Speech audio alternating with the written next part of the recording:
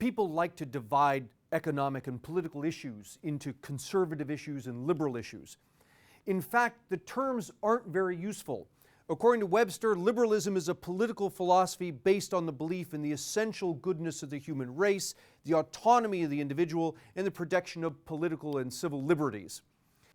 The definition for conservatism is a political philosophy based on tradition, social stability, and stressing established institutions, preferring gradual development to abrupt change.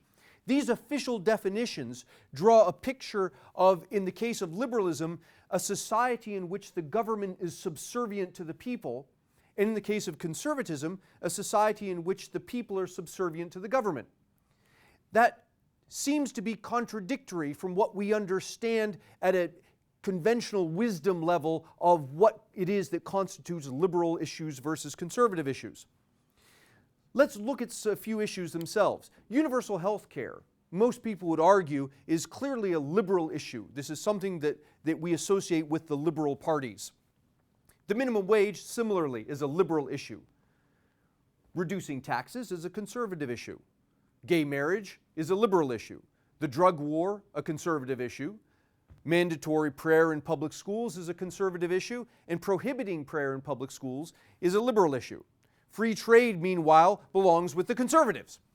So most people will not disagree on specific issues and how they divide into conservative versus liberal, but the terms themselves seem to be contradictory. Let me suggest two new terms. Freedom, more freedom versus less freedom.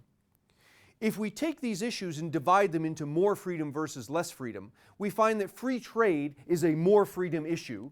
The drug war is a less freedom issue. Gay marriage is more freedom. Minimum wage is less freedom. Reduced taxes is more freedom. Requiring everyone to have insurance is less freedom. Meanwhile, both mandating and prohibiting prayer in public schools is less freedom. The term freedom seems to capture the dichotomy between these issues better than conservative versus liberal. But the world gets more complicated because we all exist in two spheres: a social sphere where we choose how to behave, and an economic sphere in which we enter into contracts with others. These two spheres aren't necessarily independent. For example, your choice to marry a goat is a social choice. Your choice to buy foreign goods is an economic choice. Your choice to do drugs is a social choice, but your choice to buy drugs is an economic choice. So we can take these issues and we can show them not just on an axis of less versus more freedom, but on axis of less social freedom versus more social freedom, and less economic freedom versus more economic freedom. And this starts to capture the actual world in which we live. We can do the same thing with politicians. People are in general agreement as to where major figures fall on the conservative to liberal scale. But if we start to think in terms of both social conservatism versus social liberalism and economic conservatism versus economic liberalism, what we see is a whole new pattern of how these politicians fall. In fact, if we step away from the terms conservative and liberal entirely, we start to see how these political figures stand on issues of personal and economic freedom. The liberal-conservative dichotomy leads us to contradictions because it encourages us not to think in terms of first principles, but to think in terms of issues. A first principle is something that is either assumed to be true or is so self-evident as to be beyond dispute.